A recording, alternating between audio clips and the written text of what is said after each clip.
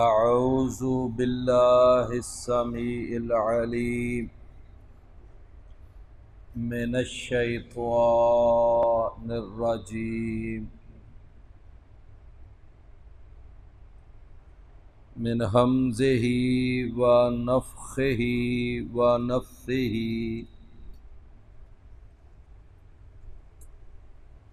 بسم اللہ الرحمن الرحیم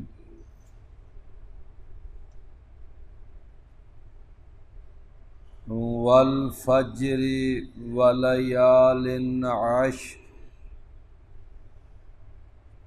والشفع والوتر واللیل اذا یسر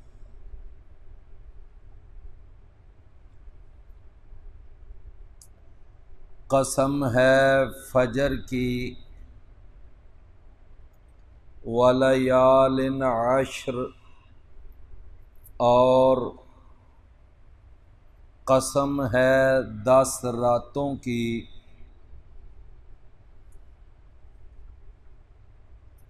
والشفع والوتر اور قسم ہے جفت کی اور طاق کی واللیل اذا یسر اور قسم ہے رات کی جب وہ چلتی ہے حل فی ذالک قسم لذی حجر کیا اس میں بہت بڑی قسم ہے اس آدمی کے لیے جو عقل والا ہے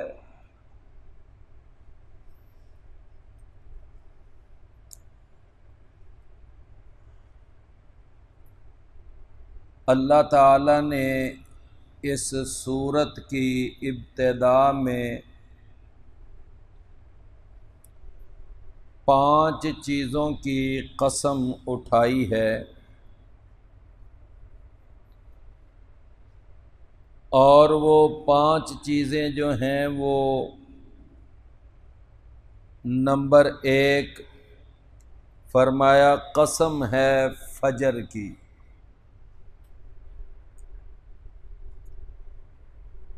فجر سے مراد فجر کا وقت بھی ہو سکتا ہے اور فجر سے مراد نماز فجر بھی ہو سکتی ہے۔ فجر کا وقت کون سا وقت ہوتا ہے کہ سحری کا جو آخری وقت ہو، جب سحری کے بند ہونے کا وقت آ جائے تو اس کو کیا کہتے ہیں؟ فجر۔ اللہ تعالیٰ نے قرآن مجید میں سورہ البقرہ میں ارشاد فرمایا ہے کلوا واشربوا حتی یتبین لکم الخیط الابیض من الخیط الاسود من الفجر، کہ جب تم صبح روزہ رکھ رہے ہوں، سحری کر رہے ہوں، تو تم اس وقت تک کھا پی سکتے ہو جب تک سیاہ دھاگا سفید دھاگے سے ممتاز نہ ہو جائے۔ فرمایا کب؟ من الفجر، فجر کے وقت۔ تو فجر سے فجر کا وقت بھی مراد ہو سکتا ہے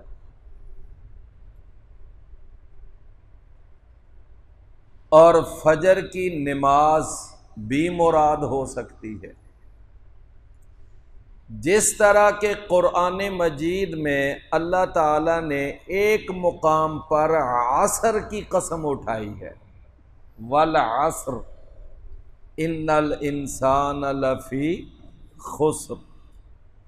تو اب وہاں پر بھی جو عصر ہے اس سے عصر کا وقت بھی مراد ہو سکتا ہے اور عصر کی نماز بھی مراد ہو سکتی ہے، چونکہ عصر کی نماز عصر کے وقت ہی پڑھی جاتی ہے اور اسی طرح فجر کی نماز فجر کے وقت ہی ادا کی جاتی ہے۔ تو فجر کا جو وقت ہے یہ یعنی سحری کا آخری وقت ہوتا ہے۔ فجر کی نماز بڑی ہی اہم نماز ہے۔ نبی مکرم رسول معظم سید و ولد آدم شاہ امم امام اعظم قائد اعظم مرشد اعظم جناب محمد الرسول اللہ صلی اللہ علیہ وسلم نے اپنے پیارے لبوں سے میٹھی زبان سے یہ بات ارشاد فرمائی ہے، فرمایا کہ ان اثقل الصلاۃ علی المنافقین صلاۃ العشاء و صلاۃ الفجر، کہ منافقین پر جو سب سے بوجھل نماز ہے نا وہ دو نمازیں ہیں، ایک عشاء کی نماز اور ایک فجر کی نماز۔ عشاء کی نماز دن بھر کا بندہ تھکا ماندہ اور چکنا چور اس وقت ہویا ہوتا ہے، تو اس وقت عشاء کی نماز پڑھنا یہ بڑی ہمت کی بات ہے۔ فجر کے وقت جو ہے وہ نیند کا غلبہ ہوتا ہے، تو اس لیے اپنی نیند قربان کرنا، نرم گرم بستر چھوڑنا، یہ بھی بڑی ہمت کا کام ہے۔ تو اللہ کے رسول صلی اللہ علیہ وسلم نے فرمایا کہ اس وقت جو اٹھ جاتا ہے، نماز کے لیے تیاری کرتا ہے، مسجد کا رخ کرتا ہے، تو یہ آدمی واقعتاً اللہ کے ہاں مومن ہے۔ اور اگر یہ ہے کہ سویا پڑا ہے اور اس کو نماز کی فکر ہی نہیں، نماز کی توجہ ہی نہیں، تو نبی صلی اللہ علیہ وسلم نے فرمایا کہ یہ آدمی جو ہے یہ منافق ہے۔ یعنی جس آدمی کو عشاء کی نماز اور فجر کی نماز یہ بوجھل دکھائی دے تو یہ اس کے منافق ہونے کی علامت ہے، جو نبی کریم صلی اللہ علیہ وسلم نے۔ اور بھی کئی علامتیں ہیں نا منافق کی، جب بات کرتا ہے جھوٹ بولتا ہے، امانت رکھی جائے خیانت کرتا ہے، وعدہ کرے وعدہ خلافی کرتا ہے، کوئی جھگڑا وگڑا ہو جائے تو وہ گالی گلوچ پہ اتر آتا ہے۔ تو جس طرح وہ علامتیں ہیں اسی طرح یہ بھی ایک علامت ہے کہ عشاء اور فجر کا بوجھل ہونا۔ فجر کی نماز کے بارے میں ایک اور حدیث میں بھی نبی صلی اللہ علیہ وسلم نے کچھ تذکرہ فرمایا۔ رسول اللہ صلی اللہ علیہ وسلم نے نا ایک دفعہ ارشاد فرمایا کہ قیامت والے دن جو اہل ایمان ہیں وہ اپنے رب کو دیکھ سکیں گے، میدان محشر میں بھی اور جنت میں بھی۔ تو جب نبی صلی اللہ علیہ وسلم نے یہ فرمایا نا کہ اہل ایمان اپنے رب کو قیامت والے دن دیکھیں گے، تو صحابہ کے ذہن میں نا فوراً ایک سوال کھٹکا اور انہوں نے اللہ کے نبی صلی اللہ علیہ وسلم سے پوچھ لیا کہ اللہ کے رسول وہ آپ نے فرمایا ہے کہ قیامت والے دن اس طرح ہم اپنے رب کو دیکھیں گے، تو اتنی ساری مخلوق اور اتنے لوگ اور وہاں پر اتنی تعداد، اور اللہ کو کیسے دیکھیں گے؟ یعنی ان کے ذہن میں وہی بات آئی نا کہ جہاں رش زیادہ ہو تو کسی کو دیکھنا مشکل ہو جاتا ہے۔ تو نبی کریم صلی اللہ علیہ وسلم نے نا مثال دی، آپ نے فرمایا کہ جب 14ویں کا چاند اپنی پوری آب و تاب کے ساتھ چمک رہا ہو تو اس وقت تمہیں اس چاند کو دیکھنے میں کسی دقت یا مشقت کا سامنا کرنا پڑتا ہے؟ بڑی آسانی اور سہولت کے ساتھ تم نہیں دیکھ لیتے چاند کو؟ جی اللہ کے رسول یہ تو بات بالکل بجا ہے۔ آپ نے فرمایا بالکل اسی طرح تم قیامت والے دن اور جنت میں جا کر اپنے رب کو بڑی آسانی سے دیکھ سکو گے، تمہیں کوئی دقت نہیں اور مشقت کا سامنا نہیں کرنا پڑے گا۔ البتہ نبی صلی اللہ علیہ وسلم نے نا پھر اس موقع پر ارشاد فرمایا کہ اگر تم اپنے رب کے دیدار کو اور اپنے رب کی زیارت کو اپنے لیے مزید آسان کرنا چاہتے ہو تو میں اس کے لیے تمہیں ایک نسخہ بتاتا ہوں۔ نسخہ یہ ہے کہ 2 نمازوں کا نا بہت زیادہ خیال رکھا کرو۔ ایک وہ نماز جو سورج کے غروب ہونے سے پہلے ہے، اور ایک وہ نماز جو سورج کے طلوع ہونے سے پہلے ہے۔ ان 2 نمازوں کا بڑا ہی خیال رکھا کرو، بہت زیادہ ان پر توجہ دیا کرو۔ تو سورج کے غروب ہونے سے پہلے کون سی نماز ہے جی؟ عصر کی نماز۔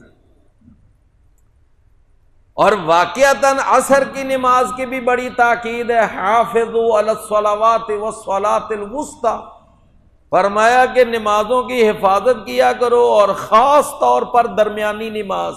تو درمیانی نماز سے عصر کی نماز مراد ہے۔ تو فرمایا ایک اس نماز کی طرف زیادہ توجہ دو جو سورج کے غروب ہونے سے پہلے ہے، یعنی عصر کی نماز، اور ایک اس نماز کی طرف بھی زیادہ توجہ دو کہ جو سورج کے طلوع ہونے سے پہلے ہے، یعنی فجر کی نماز۔ اگر تم ان 2 نمازوں کا خاص خیال رکھو گے، ان میں سستی نہیں کرو گے، ان میں کوئی ڈنڈی نہیں مارو گے، تو فرمایا کہ اللہ کا دیدار تمہارے لیے بڑا ہی آسان ہو جائے۔ اور میں نے شاید پچھلی دفعہ یہ حدیث سنائی تھی کہ جنت کی نعمتوں میں سے جو سب سے بڑی نعمت ہوگی نا وہ اللہ کا دیدار ہوگا، سب سے بڑی نعمت۔ تو فجر سے فجر کا وقت بھی مراد ہو سکتا ہے اور فجر کی نماز بھی مراد ہو سکتی ہے۔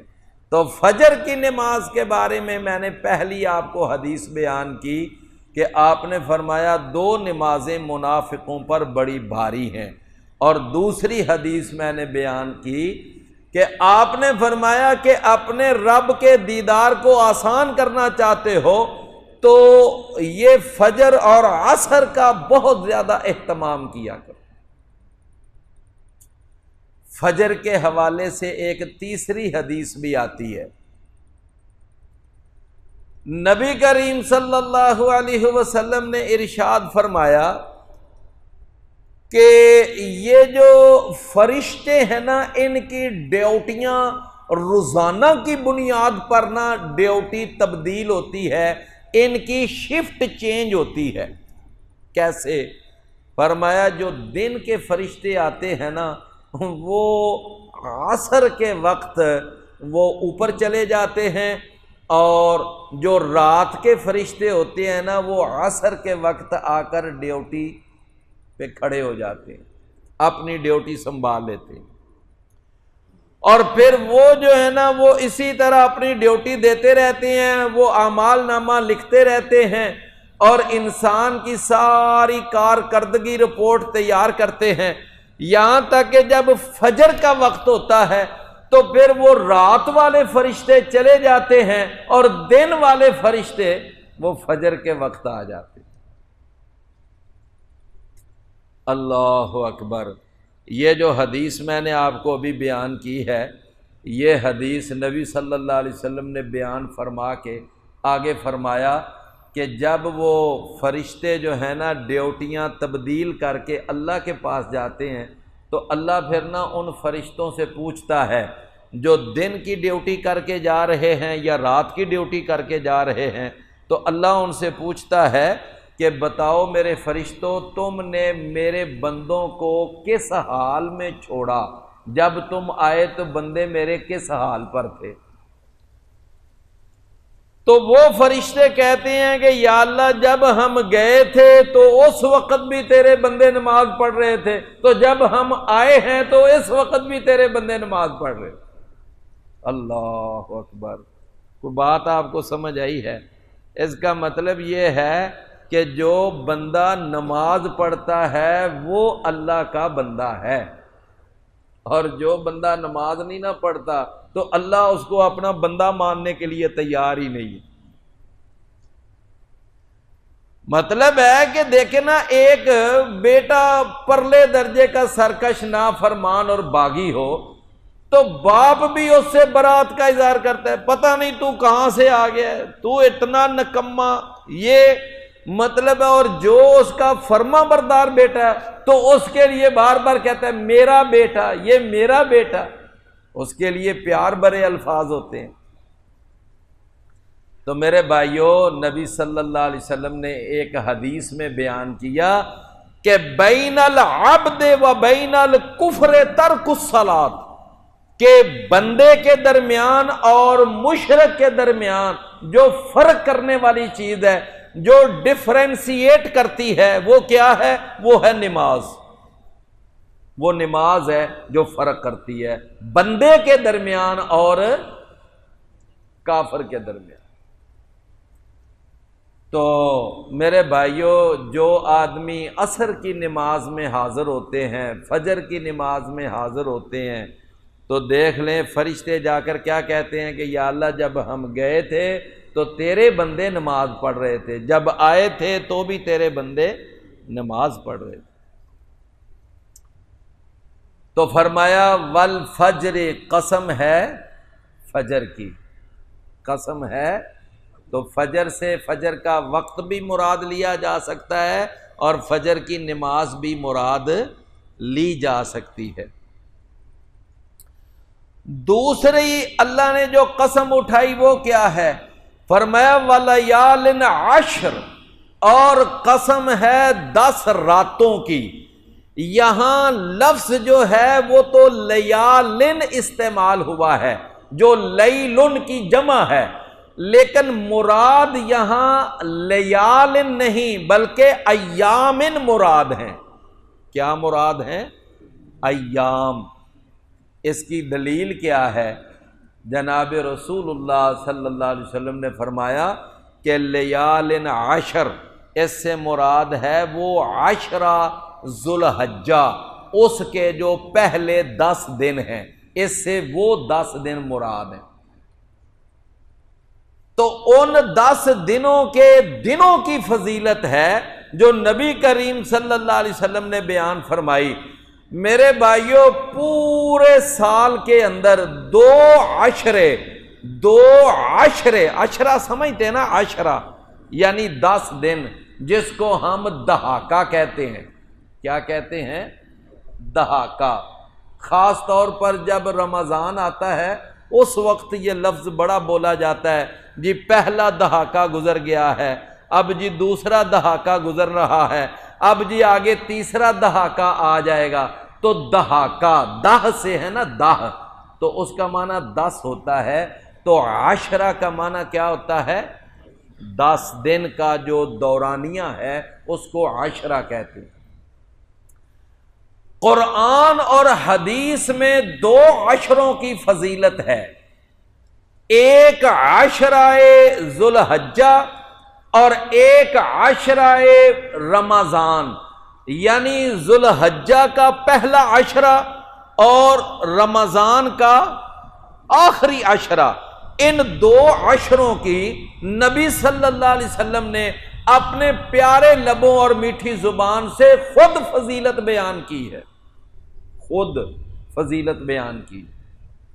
مثال کے طور پر یہ جو ذو الحجہ کا عشرہ ہے، پہلا عشرہ، اس کے بارے میں نبی صلی اللہ علیہ وسلم کی بڑی واضح حدیث ہے صحیح بخاری میں، فرمایا مل عمل فی ایام افضل منہا، کہ کوئی عمل جو ہے وہ اتنا زیادہ فضیلت والا نہیں جتنا کوئی عمل ان 10 دنوں میں کیا جائے تو وہ زیادہ فضیلت والا ہے۔ فرمایا کہ وہ 10 دن کون سے ہیں؟ وہ یعنی ذو الحجہ کے پہلے 10 دن۔ اسی لیے علماء نے لکھا ہے نا کہ یہ جو قربانی کے 4 دن ہیں ان میں سے جو پہلا دن ہے نا 10 ذو الحجہ، اس دن قربانی کرنا زیادہ افضل ہے۔ کیوں؟ اس لیے کہ یہ دن جو ہے وہ اس عشرہ ذو الحجہ میں شامل ہے، اور نبی صلی اللہ علیہ وسلم نے فرمایا کہ ان 10 دنوں میں کیا جانے والا عمل جو ہے وہ سب سے زیادہ فضیلت والا ہے، لہذا پہلے دن قربانی کی جائے تو اس کا ثواب باقی 3 دنوں کے قربانی کرنے سے زیادہ ہے۔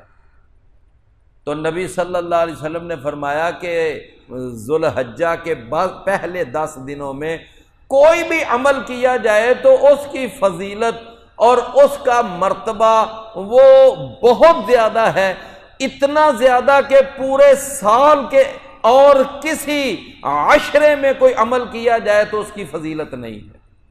صحابہ نے پوچھا اللہ کے نبی، کیا اور دنوں کا جہاد اور ان دنوں کا جہاد، کیا جہاد بھی افضل نہیں ہے؟ تو نبی صلی اللہ علیہ وسلم نے فرمایا کہ اور دنوں کا جہاد بھی ان دنوں کے جہاد سے افضل نہیں ہے۔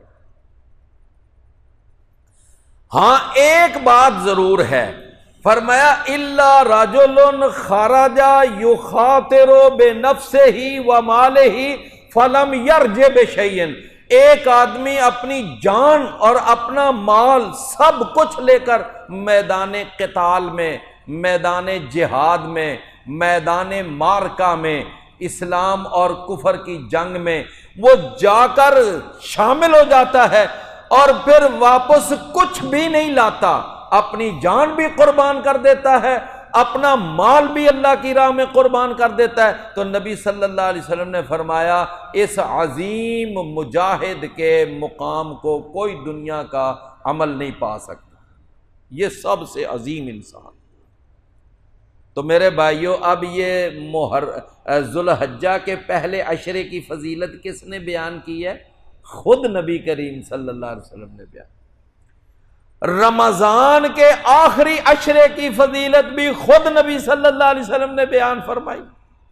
صحیح بخاری میں حدیث آتی ہے کہ پیارے پیغمبر سید الاولین والآخرین، امام الانبیاء والمرسلین، امام اعظم قائد اعظم جناب محمد الرسول اللہ صلی اللہ علیہ وسلم نے فرمایا کہ اذا دخل العشر الاواخر من رمضان، کہ جب رمضان کا آخری عشرہ داخل ہو جاتا تو نبی صلی اللہ علیہ وسلم کی کیا روٹین تھی کہ اشتد معذرہ، اپنا تہ بند مضبوطی سے باندھ لیتے، وایقظ اہلہ، اور اپنے اہل خانہ کو بھی بیدار کرتے، وَأَحْيَا اللَّيْلَ كُلَّهُ، اور ساری رات وہ قیام کرتے، ساری رات کو زندہ کرتے، مطلب پوری رات اللہ کی عبادت میں لگا دیتے، اور اس کے بعد نبی صلی اللہ علیہ وسلم فرمایا کرتے کہ فیہ لیلۃ خیر من الف شہر، کہ اس آخری عشرے میں ایک رات ہے کہ جو 1000 مہینوں سے زیادہ بہتر ہے۔ تو اب دیکھیں نا، یہ عشرہ جو رمضان کا آخری عشرہ ہے، اس کی فضیلت بھی خود نبی مکرم صلی اللہ علیہ وسلم نے خود بیان فرمائی ہے۔ تو میرے بھائیوں، ذو الحجہ کے پہلے عشرے کی اور رمضان کے آخری عشرے کی فضیلت خود اللہ کے رسول صلی اللہ علیہ وسلم نے بیان فرمائی ہے۔ میں یہاں پر ایک چھوٹا سا ٹچ دینا چاہوں گا کہ کوئی بھی کام، کوئی بھی عمل، کوئی بھی رات، کوئی بھی دن، کوئی بھی عشرہ، کوئی بھی مہینہ اس کے فضیلت والا ہونے کے لیے لازم ہے کہ اس کے فضیلت والا ہونے کی دلیل یا تو اللہ کے قرآن سے ثابت ہو یا پھر نبی کریم صلی اللہ علیہ وسلم کے فرمان سے ثابت ہو۔ لو میرے بھائیو، اگر ہمیں یہ اصول سمجھ آ جائے نا تو اللہ جانتا ہے ہمارے ڈھیر سارے مسائل حل ہو جائیں۔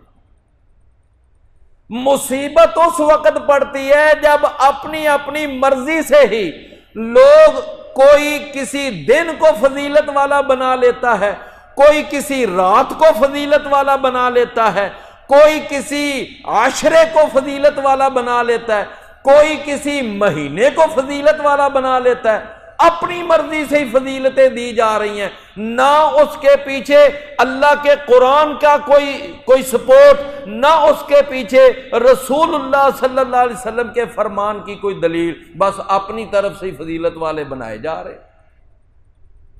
کیوں میرے بھائیوں میری بات سمجھے ہیں نا؟ اب آپ دیکھیں کہ جی یہ مہینہ یہ جی بڑا فضیلت والا ہے، کون سا؟ ربیع الاول۔ بھئی ربیع الاول بڑا فضیلت والا مہینہ ہے، بھئی کیا دلیل ہے اس کی؟ جی اس لیے کہ نبی کریم صلی اللہ علیہ وسلم اس میں پیدا ہوئے۔ حالانکہ میں نے آپ کو شاید پچھلی دفعہ شاید بتایا تھا کہ نبی صلی اللہ علیہ وسلم کی ولادت کے بارے میں شدید اختلاف ہے، شدید اختلاف۔ کوئی کہتا ہے کہ آپ 18 ربیع الاول کو پیدا ہوئے، کوئی کہتا ہے کہ آپ 14 کو پیدا ہوئے، کوئی 12 کہتا ہے، کوئی 10 کہتا ہے، کوئی 9 کہتا ہے، کوئی 8 کہتا ہے، کوئی 7 کہتا ہے۔ یعنی کسی ایک تاریخ پر مؤرخین کا اتفاق نہیں ہے، یہاں تک کہ پیر عبد القادر جیلانی رحمت اللہ علیہ انہوں نے غنیۃ الطالبین میں لکھا ہے کہ نبی صلی اللہ علیہ وسلم تو ربیع الاول میں پیدا ہی نہیں ہوئے، نبی صلی اللہ علیہ وسلم تو محرم کی 10 تاریخ کو پیدا ہوئے۔ وہ تو مانتے ہی نہیں ہیں، وہ کہتے ہیں محرم میں پیدائش ہوئی ہے نبی صلی اللہ علیہ وسلم۔ اب مجھے بتائیں تو میرے بھائیوں، اللہ تعالیٰ نے قرآن کے اندر یہ بات بیان کی ہے کہ ان عدت الشہور عند اللہ 12 شہرا فی کتاب اللہ، کہ اللہ تعالیٰ کے ہاں جو ہے نا 12 مہینے ہیں، ان میں سے 4 مہینے بڑے حرمت والے ہیں، اور وہ 4 مہینے کون سے ہیں؟ رجب، ذیقعد، ذی الحج اور محرم۔ اور پھر اللہ کے نبی صلی اللہ علیہ وسلم نے ہی رمضان کے مہینے کو سارے مہینوں سے افضل قرار دیا۔ کیوں؟ اس لیے کہ وہ رمضان کے روزوں کا مہینہ ہے، تو یہ مہینے تو افضل ہیں کیونکہ اللہ کے نبی صلی اللہ علیہ وسلم نے ان کو افضل قرار دیا۔ لیکن جناب یہ مہینہ اپنی طرف سے اس کو کہہ دینا جی سارے مہینوں سے یہ افضل ہے، اس کی کوئی دلیل نہیں۔ پھر اس کے بعد آگے یہ کہنا کہ جی 12 ربیع الاول یہ بڑا افضل دن ہے اور اس کی فضیلتیں بیان کرنا، اور اسی طرح جناب یہ یعنی 15 شعبان کی رات بڑی افضل ہے، اور یہ یعنی 27 رجب کی رات بڑی افضل ہے۔ اپنے پاس سے فضیلتیں بنا بنا کر لانچ کرتے رہنا، میرے بھائیوں یہ ہمارے دین کا مزاج نہیں ہے۔ تو میں عرض یہ کر رہا تھا کوئی بھی چیز فضیلت والی کب ثابت ہوگی؟ جب اس کے پیچھے اللہ کے قرآن سے اور نبی صلی اللہ علیہ وسلم کے فرمان سے دلیل موجود۔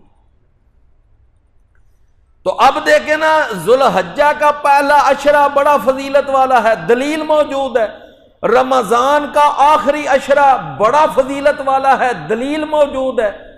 لیکن بعض لوگوں نے محرم کا پہلا عشرہ اس کے جناب بڑے چرچے ہیں، محرم کا پہلا عشرہ، اس کے بڑے اشتہار چھپتے ہیں، اور پہلے محرم سے لے کر 10 محرم تک پھر جناب مجلسیں ہوتی ہیں اور بڑے بڑے اس میں پروگرام کیے جاتے ہیں، اشتہار بازی ہوتی ہے۔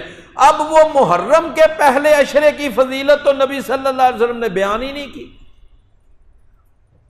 تو فرمایا قسم ہے فجر کی اور قسم ہے 10 راتوں کی۔ 10 راتوں سے مراد کون سی راتیں ہیں؟ ذوالحجہ کے پہلے 10 دن مراد ہیں، یعنی لفظ رات بولا گیا ہے، مراد اس سے دن ہے۔ فرمایا والشفع والوتر، قسم ہے شفع کی یعنی جفت کی، والوتر اور قسم ہے طاق کی۔ یہ وتر اور وتر دونوں کا ایک ہی معنی ہے، یعنی آپ اس کو وتر بھی پڑھ سکتے ہیں اور اس کو وتر بھی پڑھ سکتے ہیں۔ بھائی دیکھیں، ہم جو جاتے ہیں بیت اللہ کا حج کرنے تو اس کو ہم اپنی عام زبان میں کیا کہتے ہیں؟ حج۔ کیا کہتے ہیں؟ حج۔ لیکن آپ قرآن کے اندر دیکھیں، اللہ نے اس کو حجن بھی کہا ہے۔ کیا کہا ہے؟ حجن۔ فرمایا وَلِلَّهِ عَلَى النَّاسِ حِجُّ الْبَيْتِ مَنِ اسْتَطَاعَ إِلَيْهِ سَبِيلًا۔ تو گویا کہ لفظ حج اور حج، ہا کے اوپر زبر ہو یا ہا کے نیچے زیر ہو، ایک ہی مطلب ہے۔ اسی طرح واو کے اوپر زبر ہو یا واو کے نیچے زیر ہو، اس کا بھی ایک ہی مطلب ہے۔ فرمایا کہ والوتر، قسم ہے جفت کی اور قسم ہے طاق کی۔ بھائی دنیا کے اندر جتنی بھی چیزیں ہیں، یا وہ جفت ہیں یا وہ طاق ہیں، یا وہ جفت ہیں یا وہ، بھائی ہر وہ عدد جو 2 پر تقسیم ہو جائے اس کو جفت کہا جاتا ہے۔ جو ہمارے بھائی میتھمیٹکس جانتے ہیں ان کو پتا ہے کہ 2 پر تقسیم ہونے والا عدد اس کو کیا کہتے ہیں؟ جفت۔ اور جو 2 پر تقسیم نہ ہو اس کو کیا کہتے ہیں؟ اس کو کہتے ہیں طاق۔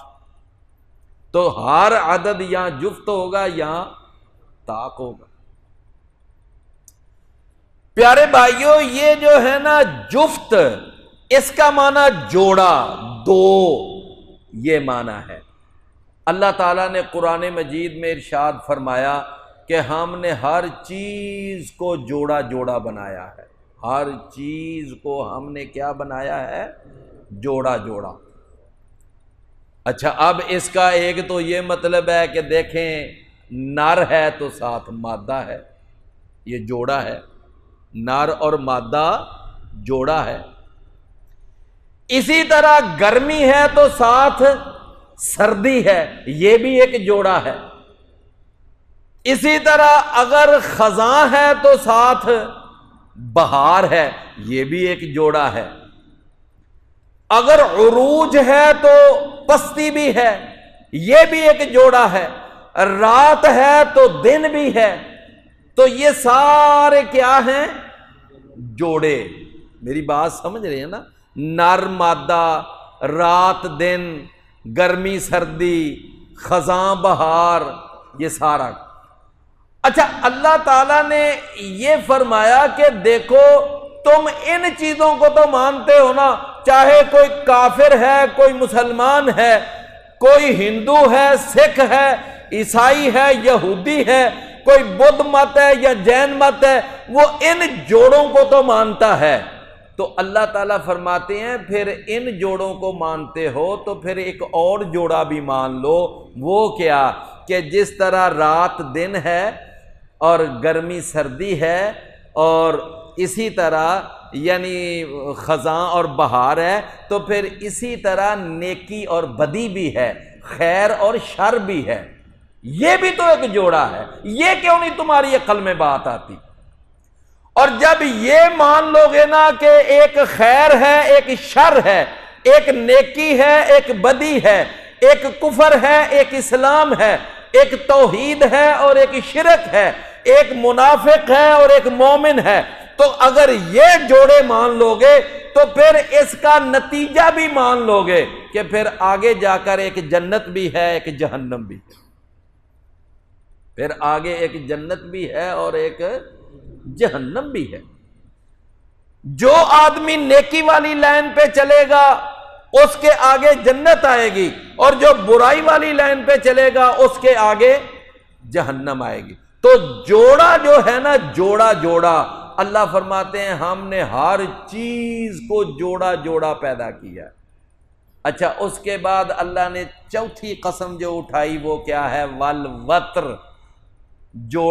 جوڑے کے اوپر مجھے وہ ایک حدیث یاد آئی کہ نبی کریم صلی اللہ علیہ وسلم نے نا ایک موقع پر ارشاد فرمایا، آپ نے فرمایا کہ من انفق زوجین فی سبیل اللہ فی شیء من الاشیاء، کہ اگر کوئی آدمی اللہ کی راہ میں نا جوڑا دیتا ہے، کیا دیتا ہے؟ جوڑا، یعنی دو چیزیں اکٹھی دیتا ہے، تو فرمایا کل قیامت کا دن ہوگا نا تو اللہ ایسے بندے کو اختیار دے گا کہ اے میرے بندے، جنت کے 8 دروازے تیرے لیے کھلے ہیں، تو جس دروازے میں سے جنت میں داخل ہونا چاہتا ہے ہو جا۔ کیا دے گا اللہ کی راہ میں؟ جوڑا۔ مثلا 2 اونٹ دے دیتا ہے، 2 سوٹ دے دیتا ہے، 2 بکرے دیتا ہے، 2 یعنی ڈبل جوڑا اللہ کی راہ میں دیتا۔ اگر مجاہدین کو گن کی ضرورت ہے تو 2 کلاشنیں اکٹھی دیتا ہے۔ مجھے واقعہ ہے کہ یاد آیا، ہمارے ایک بھائی تھے لاہور میں، تو انہوں نے نا کہیں تازہ یہ حدیث سنی تھی، تو انہوں نے کہا بھئی میں نے پہلے ارادہ کیا تھا کہ میں نے مجاہدین کے لیے 1 کلاشن بھیجنی ہے، لیکن میں نے حدیث سنی ہے تو اب میں نے 2 بھیجنی ہے، کہ رسول اللہ صلی اللہ علیہ وسلم نے فرمایا جو آدمی جوڑا دے گا نا اللہ کی راہ میں تو وہ جنت کے جس دروازے میں پھر داخل ہونا چاہے۔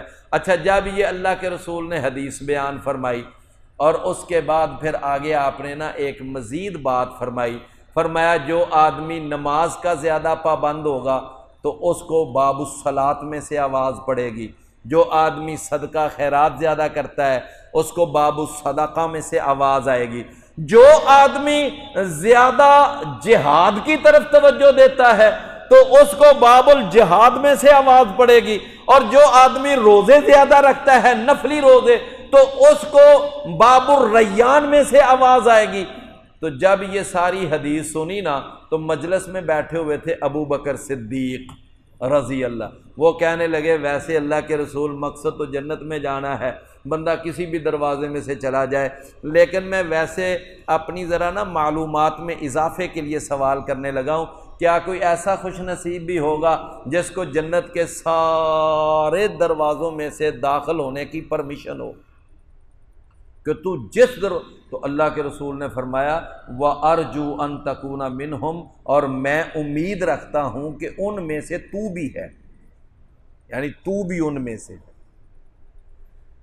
میرے پیارے بھائیوں، ہم سب جنت کے مشتاق ہیں، جنت کے شوقین ہیں، جنت کے لیے تڑپتے ہیں، جنت کے لیے دعائیں کرتے ہیں، اللہ تعالیٰ سے تمنائیں کرتے ہیں، لیکن ابو بکر وہ ہستی ہے کہ جس کے لیے جنت خود تمنا کرے گی کہ اے ابو بکر تو ہم میں سے داخل ہو۔ تو میرے بھائیوں، نبیوں رسولوں میں سے جس طرح محمد کریم صلی اللہ علیہ وسلم سارے نبیوں رسولوں سے افضل ہیں، اور اسی طرح نبیوں رسولوں کے علاوہ جو ساری کائنات کے انسان ہیں ان میں سے ابو بکر سب سے افضل، افضل البشر بعد الانبیاء، افضل البشر بعد اب یہ جو رافضی ہیں اللہ ان کو ہدایت دے، روافض شاید لفظ اوپرا ہو، بعض بھائیوں کو نہیں سمجھ آتی تو پھر ان کو سمجھانے کے لیے ہم بتا دیتے ہیں جو دشمنان صحابہ ہیں، جو دشمنان صحابہ، اب یہ دشمنان صحابہ وہ کہتے ہیں جی نہیں صرف 5 باقی سارے فیل، صرف 5 جنتی ہیں باقی کسی نے نہیں جنت میں جانا، تو عقیدہ بھی بنایا ہوا ہے 5 تن پاک۔ تو میں عرض یہ کر رہا تھا کہ ان کا عقیدہ یہ ہے کہ علی رضی اللہ عنہ وہ نبیوں رسولوں سے بھی افضل ہیں۔ دیکھو، اور آپ نیٹ کھول کے دیکھ لیں، آج کل مصیبت ہی یہ بنی ہوئی ہے، کہتے ہیں کہ جو اب علی ہیں رضی اللہ عنہ وہ نبیوں رسولوں سے بھی بہتر ہیں۔ میری بات آپ سمجھ رہے ہیں؟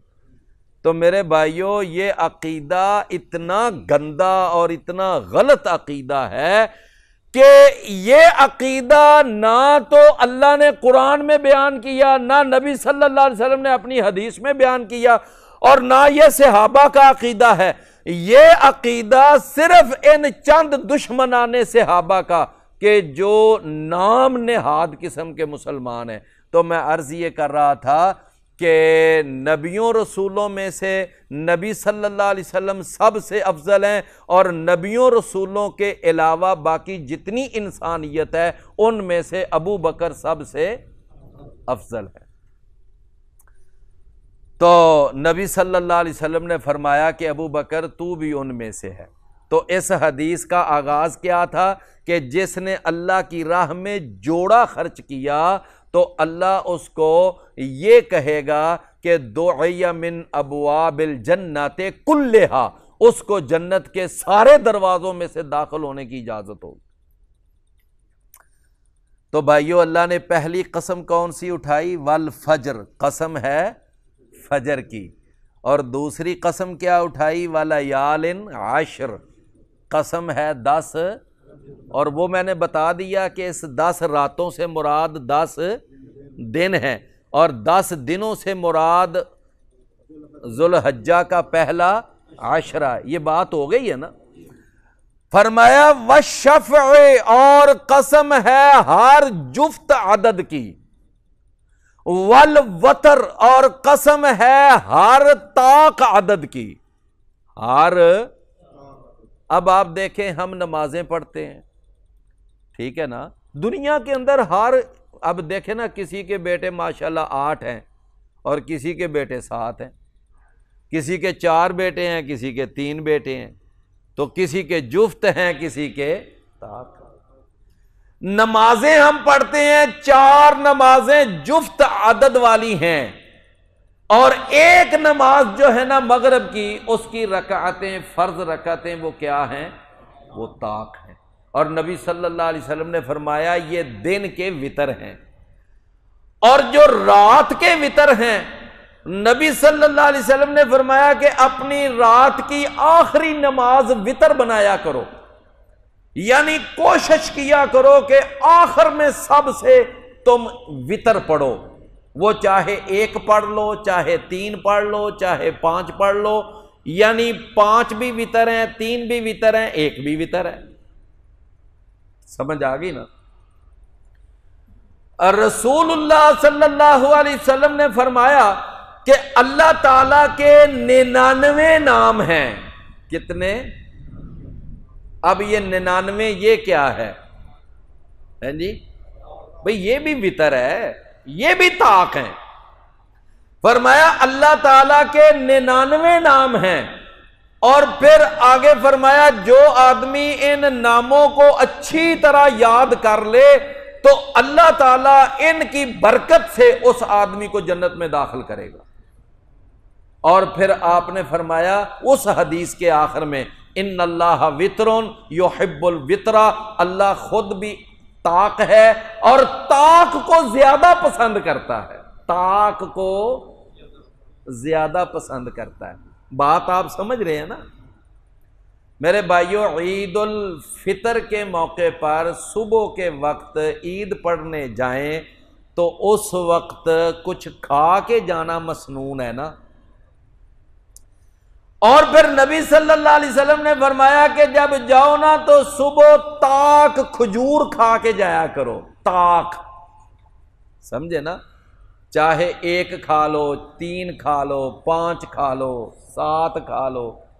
اور نبی صلی اللہ علیہ وسلم تاک عدد میں کھجوریں کھا کر جایا کرتے تھے، یعنی عید الفطر کی نماز. اور عید الاضحیٰ کے لیے تو بہتر ہے نا واپس آ کر خود جانور ذبح کر کے اس کا گوشت کھاؤ، یہ زیادہ اجر اور ثواب والی بات ہے. تو اللہ کے نبی صلی اللہ علیہ وسلم نے فرمایا کہ اللہ خود بھی وطر ہے اور وطر کو جفت کی بنسبت زیادہ پسند کرتا ہے. اسی لیے نبی صلی اللہ علیہ وسلم زیادہ تر یعنی طاق عدد کو ترجیح دیا کرتے تھے. ابو داؤد میں ایک حدیث آتی ہے، نبی صلی اللہ علیہ وسلم نے فرمایا کہ اگر کسی آدمی پر جادو ہو جائے، کیا ہو جائے؟ جادو ہو جاتا ہے نا، بڑے بڑے خبیث لوگ ہوتے ہیں جادو کر دیتے ہیں ایک دوسرے پر. فرمایا اگر کسی پر جادو ہو جائے، اور نمبر 2 آپ نے فرمایا کسی کو اگر سانپ یا ٹھواں بچھو اگر ڈنگ مار جائے، تو نبی کریم صلی اللہ علیہ وسلم نے فرمایا کہ اس آدمی کو تم خالی پیٹ صبح نہار منہ، فرمایا اس کو عجوہ کھجور طاق عدد میں کھلاؤ. خالی پیٹ نہار منہ اس کو صبح کے ٹائم کیا کھلاؤ؟ عجوہ کھجور. کتنی؟ ہاں جی، طاق عدد میں. لو نبی کریم صلی اللہ علیہ وسلم نے جادو کا اور سانپ اور بچھو کے ڈسنے کا یہ علاج بتایا ہے. یہ طب نبوی ہے. یہ کیا ہے؟ طب نبوی. تو فرمایا والوتر، اور قسم ہے جفت کی اور قسم ہے طاق عدد کی. اور 5ویں قسم اللہ نے فرمائی، فرمایا واللیل اذا یسر، اور قسم ہے رات کی اذا یسر جب وہ چلتی ہے. اب آپ ماشاءاللہ جانتے ہیں ٹیکنالوجی کا دور ہے، سائنس بہت ترقی کر گئی ہے. یہ جو دن ہے اور یہ جو رات ہے یہ ہر وقت ہی چلتے رہتے ہیں، کوئی لمحہ ایسا نہیں آتا کہ ان کی جو رفتار ہے یہ رکے. ایسا نہیں ہوتا، ایسا نہیں ہوتا. لوگوں نے ایسے جھوٹ بنائے ہوئے ہیں کہ جی ایک دفعہ علی رضی اللہ عنہ عصر کی نماز رہ گئی تو انہوں نے سورج کو وہیں روک دیا. بالکل غلط بات، اپنے پاس سے بنائی ہوئی ہے. جی اللہ کے نبی جب معراج پر گئے تھے تو رات اللہ نے جہاں تھی وہاں روک دی تھی. غلط بات ہے، نہیں روکی تھی، رات اپنے تسلسل سے چلتی رہی. فرمایا قسم ہے رات کی اذا یسر جب وہ چلتی ہے. تو دن بھی مسلسل چل رہا ہے، رات بھی مسلسل چل رہی ہے، کیونکہ رات اور دن کی تبدیلی ہوتی ہے سورج سے اور چاند سے. تو سورج اور چاند بھی جو ہیں مسلسل چل رہے ہیں. اللہ نے سورہ یاسین میں فرمایا وَالشَّمْسُ تَجْرِي لِمُسْتَقَرٍّ لَهَا، کہ سورج اپنے مدار پہ چل رہا ہے اور چاند اپنے مدار پہ چل رہا ہے. لَلشَّمْسُ يَنبَغِي لَهَا أَن تُدْرِكَ الْقَمَرَ وَلَا اللَّيْلُ سَابِقُ النَّهَارِ. فرمایا سورج کے اندر یہ مجال نہیں کہ وہ جا کر چاند سے ٹکرا جائے، یا چاند کے اندر یہ ہمت نہیں کہ وہ سورج کے ساتھ ٹکرا جائے. اور رات دن سے آگے نہیں اور دن رات سے آگے نہیں جا سکتا. یکور اللیل علی النہار ویکور النہار علی اللیل. اللہ رات کو دن پر لپیٹ دیتا ہے اور دن کو رات پر لپیٹ دیتا ہے. یہ مسلسل ایک یعنی کہ سلسلہ چل رہا. ان فی اختلاف اللیل والنہار والفلک التی تجری فی البحر بما ینفع الناس. فرمایا رات اور دن کے آنے جانے میں یہ بھی اللہ کی نشانیوں میں سے بہت بڑی نشانی ہے۔ اور ایک جگہ پہ اللہ نے فرمایا کہ تولج اللیل فی النہار وتولج النہار فی اللیل وتخرج الحی من المیت وتخرج المیت من الحی، یہ ساری اللہ نے اپنی قدرتیں۔ تو میرے بھائیوں، دن بھی مسلسل چل رہا ہے اور رات بھی مسلسل چل رہی، اور یہ اللہ کی قدرتوں میں سے بہت بڑی قدرت ہے، اللہ کی نشانیوں میں سے بہت بڑی نشانی ہے۔ تو بھائیوں کتنی قسمیں اٹھائیں اللہ نے؟ ہیں جی 5۔ نمبر 1 قسم ہے فجر کی، نمبر 2 قسم ہے 10 دنوں کی یعنی ذوالحجہ کے پہلے عشرے کی، نمبر 3 ہر جفت عدد کی، نمبر 4 ہر طاق عدد کی، نمبر 5 رات کی جب وہ چلتی ہے۔ یہ ساری قسمیں اٹھا کر آگے اللہ نے فرمایا حل فی ذالک قسم لذی حجر، کیا ان قسموں کے اندر بہت بڑی قسم نہیں ہے عقل والے کے لیے؟ اگر کوئی عقل والا ہو، دانائی والا ہو، تو وہ سمجھے گا کہ یہ پانچوں کی پانچوں قسمیں اپنے اپنے مقام پر بہت بڑی قسمیں ہیں۔ فجر کی قسم بھی میں نے آپ کو بتایا کتنی اہمیت ہے فجر کی، پھر 10 راتیں میں نے اس کی فضیلت بھی آپ کو بتائی کتنی فضیلت ہے اس عشرہ پہلے عشرے کی، پھر آگے جفت کی اور طاق کی میں نے آپ کو وضاحت یعنی بیان کی، پھر اس کے بعد رات کی۔ یہ پانچوں کی پانچوں قسمیں اپنے اپنے مقام پر بڑی اہمیت کی حامل ہیں۔ فرمایا حل فی ذالک قسم لذی حجر الم تر کیف فعل ربک بعاد۔ اس کے بعد اللہ نے 3 بہت بڑے حقائق بیان کیے۔ فرمایا پہلی حقیقت یہ ہے، کیا آپ نے نہیں دیکھا کہ کیا سلوک کیا تھا تیرے رب نے عاد قوم کے ساتھ؟ فرمایا یہ عاد قوم کون سی ہے کہ جن کے جد امجد کا نام یعنی ارم تھا، ارم آگے پھر اس کا بیٹا اور اس کے بیٹے کا نام، تو اس کو یعنی قوم ارم بھی کہہ سکتے ہیں، قوم عاد بھی کہہ سکتے ہیں۔ فرمایا ارامہ جو ارم قوم تھی ذات العماد، بڑے بڑے ستونوں والی، بڑے بڑے یہ بڑے لمبے لمبے قد تھے، اور اپنے قدوں کے اعتبار سے انہوں نے بڑے اونچے اونچے مکان، اونچے اونچے انہوں نے چھت بنائے ہوتے تھے، اور ان چھتوں کے نیچے بڑے لمبے لمبے انہوں نے ستون بنائے ہوتے تھے۔ اور بھائیو جتنا کسی کا قد لمبا ہوگا تو لازمی بات ہے کہ اس حساب سے ہی اپنا مکان بنائے گا نا۔ کہتے ہیں نا اونٹوں والوں کے ساتھ دوستی کرنی ہو تو ہیں جی اپنے گھروں کے دروازے اونچے رکھنے چاہیے۔ یہ ایک مثال ہے۔ اب لازمی بات ہے کہ یہ جو قوم عاد ہے ان کے قد ایسے تھے، قرآن کہتا ہے جیسے کھجوروں کے تنے، جیسے کھجوروں کے تنے، اتنے لمبے لمبے قد، اتنے لمبے لمبے قد۔ تو فرمایا اسی حساب سے انہوں نے بڑے لمبے لمبے ستون بنائے ہوئے تھے جو رہنے کے لیے تھے۔ فرمایا ارم ذات العماد، جو قوم ارم ہے اور وہ ستونوں والے، التی لم یخلق مثلھا فی البلاد۔ فرمایا کہ وہ قوم کہ نہیں پیدا کی گئی اس کے مثل کوئی قوم شہروں میں، یعنی جتنے لمبے لمبے ان کے قد تھے نا، جتنے لمبے لمبے ان کے جسم تھے، فرمایا کہ اس کے بعد نہ پھر اور کوئی قوم اللہ نے ان جیسے لمبے قدوں والی پیدا ہی نہیں کی۔ اللہ نے اس قوم کے بعد انسانیت کا ماڈل ہی چینج کر دیا۔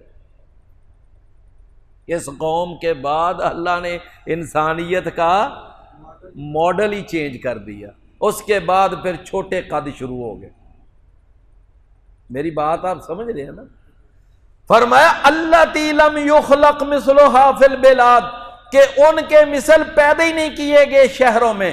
فرمایا یہ جو قوم ہے نا، اللہ نے ان کو تباہ کیا، اور کیسے تباہ کیا تھا ایک آندھی اللہ نے بھیجی، طوفان بھیجا تھا، اور وہ طوفان یعنی 8 دن اور 7 راتیں مسلسل بغیر کسی وقفے کے وہ طوفان، وہ آندھی ان پر چلی، اور ایسی چلی کہ اس طوفان اور آندھی نے ان ساروں کو یعنی ایسے کر دیا جیسے کھوکھلے کھجوروں کے تنے ہوتے، ایسے پڑے ہوئے مرداروں کی طرح۔ ہوا داخل ہوتی ان کے منہ کے راستے اور دبر کے راستے جب نکلتی تو ان کی آنتڑیاں باہر نکل جاتی۔ اب جب اندر کا سارا وہ جو یعنی تانا پیٹا ہے، وہ جو آنتڑیاں ہیں، اندر کا سارا سسٹم جب باہر نکل گیا تو پیٹ کیا ہو گئے؟ کھوکھلے۔ تو اللہ نے اس لیے فرمایا ایسے پڑے ہوئے تھے کہ جس طرح کھجوروں کے کھوکھلے تنے پڑے ہوئے ہیں، کأنہم اعجاز نخل خاویہ۔ یہ 8 دن اور 7 راتیں مسلسل آندھی چلی تھی ان کے اوپر۔ اللہ نے اس قوم کو اس طرح تباہ کیا۔ اس قوم کے پاس کون سے نبی آئے تھے؟ جناب ہود علیہ السلام۔ فرمایا دوسرے نمبر پر فرمایا کہ وَثَمُودَ الَّذِينَ جَابُوا الصَّخْرَ بِالْوَادِ، اور وہ قوم سمود کہ جنہوں نے کوریدا تھا، تراشا تھا چٹانوں کو، بالواد، وادی میں۔ وادی ایک ایسی جگہ کو کہتے ہیں کہ جو ایسے نا پیالے کی طرح درمیان میں ایک کھلا میدان ہوتا ہے اور اس کے چاروں طرف پہاڑی سلسلہ ہو، اس کو کہتے ہیں وادی۔ کیا کہتے ہیں؟ یہ وادی ہوتی ہے، سمجھے نا؟ یعنی ایسے درمیان میں ایک خالی جگہ ہے، خالی میدان ہے، اور ارد گرد کیا ہے؟ کوئٹہ شاید کسی نے دیکھا، کوئٹہ جو ہے اس کے بھی ارد گرد سارے پہاڑ ہیں، درمیان میں کھلا میدان ہے۔ تو وادی اس کو کہتے ہیں درمیان میں کھلی جگہ ہو اور ارد گرد کیا ہو؟ پہاڑی یعنی سلسلہ۔ فرمایا کہ وَثَمُودَ الَّذِينَ جَابُوا الصَّخْرَ بِالْوَادِ، اور وہ قوم سمود کے جنہوں نے تراشا تھا چٹانوں کو وادی میں، وَفِرْعَوْنَ، اور فرمایا یہ قوم سمود، اس کے اوپر ایک چیخ کا اور زلزلے کا عذاب آیا۔ یہ بھی بڑے بڑے لمبے تھے، ان کے قد بھی۔ ان کے پاس جناب صالح علیہ السلام آئے اور انہوں نے اس وقت اونٹنی کا مطالبہ کیا، خود معجزہ مانگا۔ اللہ نے اس وقت کے نبی جناب صالح علیہ السلام کے کہنے پر، ان کے دعا کرنے پر اونٹنی ایک پہاڑ سے نکالی، لیکن ان ظالموں نے اس اونٹنی کو بھی قتل کر دیا۔ پھر 3 دن کے بعد عذاب آیا اور یہ سارے کے سارے اللہ نے ختم کر دیے، صرف وہاں جناب صالح علیہ السلام بچے یا ان کے گھر والے بچے۔ اور تیسری حقیقت اللہ نے بیان کی، فرمایا کہ وَفِرْعَوْنَ ذِی الْأَوْتَادِ، اور وہ فرعون جو میخوں والا تھا۔ جس طرح اللہ نے قوم عاد کو تباہ کیا، پھر قوم سمود کو تباہ کیا، پھر فرعون کو اللہ نے تباہ کیا۔ یہ فرعون، اللہ اکبر، آج ہمارے ہاں ظلم کا ایک نشان ہے فرعون، سمجھے نا؟ فرعون کہتے ہیں او دیکھو فرعون کی طرح بات کرتا ہے، او دیکھو جی فرعون کی طرح ظالم۔ لیکن آج کل نا یعنی یہ فرعون ایک نام ظلم کا نشان ہے۔ تو میرے بھائیوں، یہ فرعون جو تھا یہ بڑا ہی ظالم تھا، بڑا خونخوار تھا، انتہا درجے کا درندہ تھا، انسانیت کے ماتھے پر بدنما داغ تھا، اور اس نے اتنا ظلم کیا کہ قومیں جو بنی اسرائیل تھے ان کے چھوٹے چھوٹے پیدا ہوتے ہوئے بچے یہ ظالم قتل کروا دیتا تھا، اور 60,000 سے زیادہ اس ظالم درندے نے بچے ان کی ماؤں کے سامنے ذبح کروا۔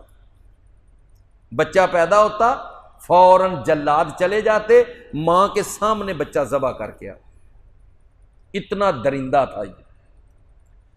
لیکن میرے بھائیوں، اللہ کا دیکھ لو کیا نظام، کہ جس ایک بچے کو قتل کروانے کے لیے اس نے 60,000 بچہ قتل کروایا، اللہ نے اسی بچے جناب موسیٰ علیہ السلام کو فرعون کے گھر میں پال کے دکھایا۔ واللہ غالب علی امرہ۔ تو میرے بھائیو، یہ فرعون جو تھا اس نے بنی اسرائیل کے بچے قتل کیے، عورتوں کو زندہ رکھتا تھا، فرمایا کہ یہ اس کا بہت بڑا، اور پھر میخیں ٹھونکتا تھا، کیل ہاتھوں میں ٹھونکتا، پاؤں میں ٹھونکتا، جو اس کی بات نہیں مانتا تھا، اس کو رب نہیں مانتا تھا، اس کی ربوبیت کا اقرار نہیں کرتا تھا، تو یہ اس کے ہاتھوں میں اور پاؤں میں کیا کرتا تھا؟ اللہ۔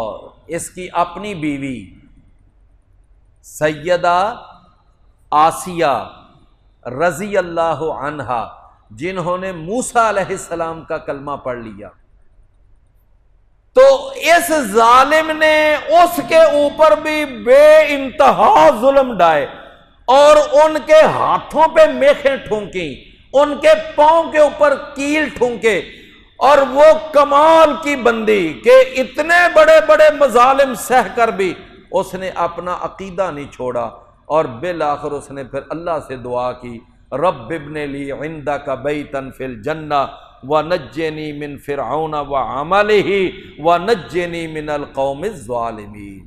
اللہ سے دعا کی، اللہ تعالیٰ نے پھر اپنی اس بندی کا جنت میں محل تیار کیا۔ نبی صلی اللہ علیہ وسلم نے فرمایا، میں جب جنت میں گیا نا تو میں نے آسیہ کا محل دیکھا، سارے کا سارا محل جو کئی میلوں پر تھا، اللہ نے وہ سارا محل ایک موتی میں تیار کیا، ایک موتی میں۔ اور یہ سیدہ آسیہ رضی اللہ عنہا قیامت والے دن نبی صلی اللہ علیہ وسلم کی بیوی بنے گی۔ اللہ ان کا نکاح کن سے کریں گے؟ نبی صلی اللہ علیہ وسلم۔